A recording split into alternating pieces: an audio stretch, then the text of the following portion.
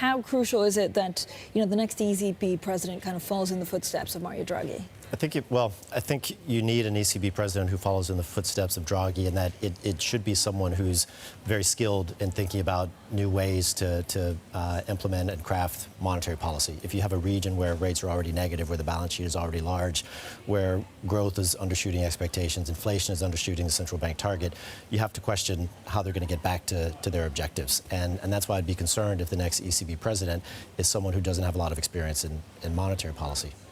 It seems like... But do they need monetary policy, or do they just need to be a good politician?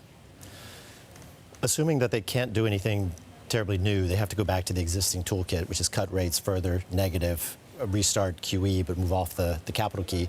That's going to require a bit of salesmanship or salespersonship in Europe. In that sense, I guess a politician would be helpful. But I'm still minded to think that when the next crisis hits, you're going to need a greater range of even newer tools. And I wonder where that's going to come from if the next ECB president is not maybe a career monetary policy person. Let us gaze at the brilliance of 116. The setting of Euro, folks, 1,000,000 years ago was really extraordinary how dead on that's been. This is synthetic Euro.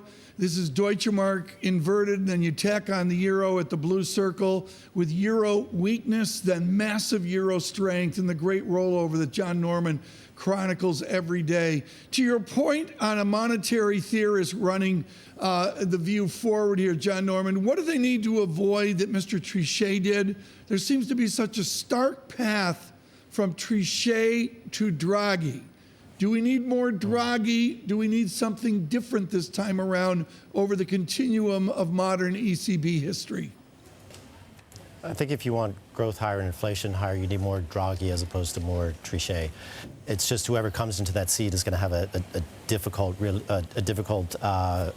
sort of predicament ahead of them, in that they can't really use the conventional tools to the degree that they've been used in the past. Those have been almost completely exhausted by Draghi. This is why the person has to be either very skilled as a politician to kind of sell the existing toolkit more forcefully to whoever is sitting in European capitals, or they have to be creative and come up with entirely different possibilities here.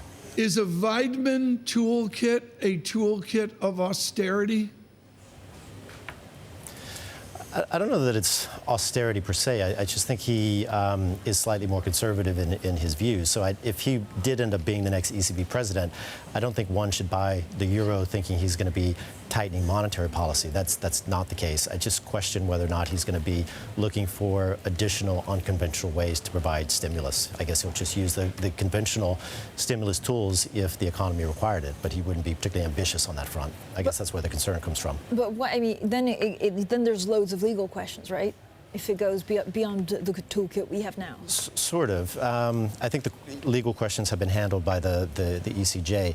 I think there are a number of operating principles that the ECB has adopted, such as their issuer limits, and these are completely of their own construction, so these can be changed if the ECB Governing Council decided that it were necessary to do that. Yeah, we're looking at a number of jobs opening up with council president, commission president. Why is it so difficult for these leaders to actually find a name? All the front runners that we had 2 weeks ago have been moved to one side, and now it's like the second batch. Well, they're solving for multiple criteria.